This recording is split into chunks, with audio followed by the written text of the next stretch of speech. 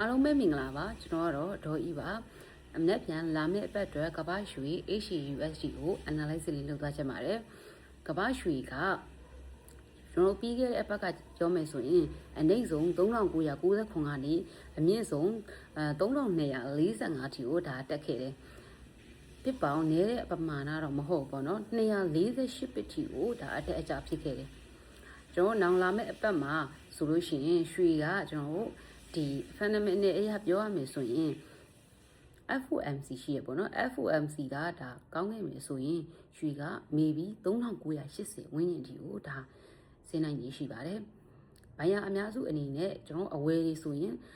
4025ဝန်းကျင်မှာဒါဝယ်လို့ရပါတယ်။အရောင်းသမားတွေအနေနဲ့ဆိုရင်တော့4140မှာဒါရောင်းလို့ရပါတယ်။ support ဆိုအနေနဲ့4060 4025 resistance ဆိုအနေနဲ့ပြောရမယ်ဆိုရင်4140 4190